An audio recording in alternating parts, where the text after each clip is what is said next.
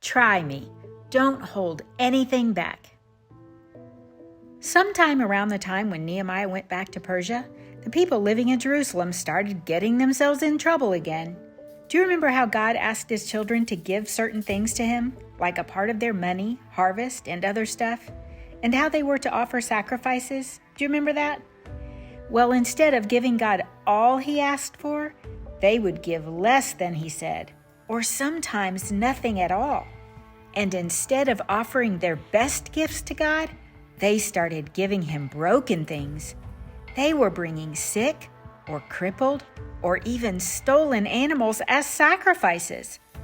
And worst of all, when God tried to help them turn around and change, they just talked back with excuses. A man named Malachi, one of God's servants, tried to help the people by telling them that they'd been arguing with God by going back and forth with him. Malachi told them, "God says to you, 'I have shown you my love.' But you people argue back, 'How have you shown us you love us, God? We don't feel loved.'" Oh, that's very mean, isn't it? That had to hurt their father, God, who had done so much for them. And God answers, "How have I shown my love? I picked you to be mine. I chose you way back when I picked Jacob and not Esau. Even a son learns to respect his father, and a worker honors his boss. I'm your daddy, but you don't show me any honor. I'm your good master, so why don't I get any respect from you? You have shown you hate my very name." Malachi continued telling them, "But you people argue back, 'Us? How did we hate your name, God? We offer sacrifices and we obey the rules.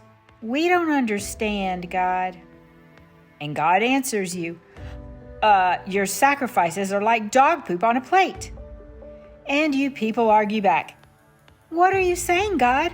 How did we do that? We're not that bad. We still don't understand.' And God answers, 'When you offer me blind or lame or sickly animals, is that not wrong? Try offering them to your president or governor. Would he be happy with you? Would he accept you? I wish you would just close the doors to the religious building and stop all your religious rituals, because I am not happy with you, and I will no longer accept the gifts you offer.'" Do you see how the people are wrong and how they're treating God disrespectfully by bringing him sick and stolen animals as a gift? That's not hard to understand, is it? That's terrible. Yet the people keep acting like they don't understand why God is even correcting them. They're acting like it's good enough to just give God any old little something. And that's not how a relationship with God works. He's God. And if God asks you for something, then you give it to him. And not on your own terms and in your own way. You give him exactly what he wants. So that is not hard to understand. God had asked the people for something, and they weren't giving it to him. And the people decided to just feel confused about it instead of obeying. But you can't fool God. Have you ever felt in your own heart anything like that? Where you know that God or your parents are wanting something more or better from you, but you aren't really wanting to give it? Like if they say, "Please give your little sister the red block," and you give her a blue block. And when you get in trouble for that, you pretend you don't understand and say, "How did I disobey? I gave her a block. The blue one's just as good as the red one. I don't understand." That's garbage. Don't do that, okay? You aren't fooling anyone but yourself. We always need to give God exactly what he asks for.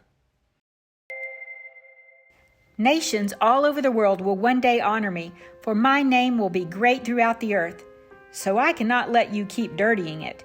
You are the people who wear my name, so you dishonor my name just by the terrible things you do. You do things that are wrong and say, "It's all right." And you say, "We're just tired of doing what you ask. It's too hard." And you come crying to me with your offerings, acting like you are soft-hearted, but at the same time you're doing things I hate. Like breaking your marriage covenants. Ugh, I hate divorce. Malachi warned the people, God is getting worn out by all your talk.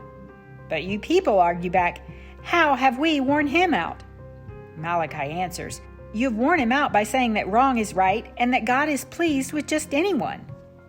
God says, I don't change. I don't break my promises like you have. Come back to me and I will come back to you. But you people argue back, how can we come back when we never left God? And God answers you, people shouldn't cheat God, but you have cheated me. You're taking from me. I asked you for something and you only give me little bits and pieces. Would you just bring me all that I ask of you? Give me a try. Test me and see what all I can do for you. If you do, then you're going to find out that I'm just going to give you more. I will throw open the gates of heaven and pour out so much goodness and blessings on you that you won't even be able to store it all. Try me. Just test me and see what happens. If you do, then people all over will call you the happy ones because your land will be called delightful. Have you ever wondered, what if we only receive gifts from God based on the amount of ourselves that we give to Him? The amount of our heart, soul, mind, strength, attention, energy, passion, and love that we pour out on Him and others? What if God only matches that? So if we only give Him little bits and scraps of ourselves in our lives, then He only blesses us that little bitty amount. But what if we give Him all of our heart, soul, mind, strength, attention, energy, passion, and love?